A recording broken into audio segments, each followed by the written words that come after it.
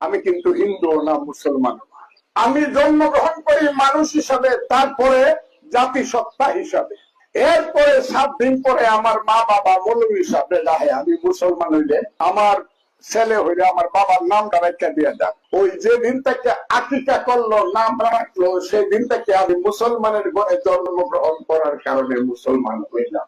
আমি শুনি এইখান থেকে কেউ কেউ নাকি কিশোরগঞ্জে যায় আমার বিরুদ্ধে মিছিল করার জন্য।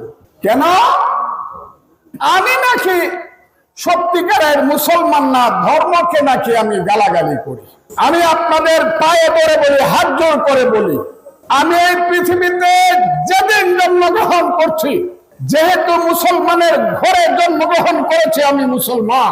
যেদিন আমার বয়স 5 বছর হয়েছে, আমি পড়েছি আলহামদুলিল্লাহি রাব্বিল আলামিন আর রহমানির রহিম মালিকি ইয়াউমিদ্দিন ইয়াকা না'বুদু ওয়া ইয়াকা নাস্তাইন ইহদিনাস সিরাতাল মুস্তাকিম সিরাতাল লাযিনা আন'আমতা আলাইহিম গায়রুল মাগদুবি আলাইহিম ওয়ালাদ-দাল্লিন।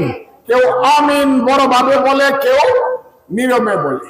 আমি রবি ঠাকুরের কবিতা, নজরুলের কবিতা, বলো বীর বলো উন্নত মমশির শির নেহারিয়া মারি নত শির ওই শিকর হিমাদ্রির, বলো বীর বলো মহাবিশ্বের মহাকাশ ছাড়ি চন্দ্র সূর্য গ্রহতারা ছাড়ি গোলক গোলক গোলক বেদিয়া ক্ষুদার আরো শাসন ছেদিয়া উঠিয়াছে আমি মহাবিশ্ব বিশ্ববিদাত্রীর।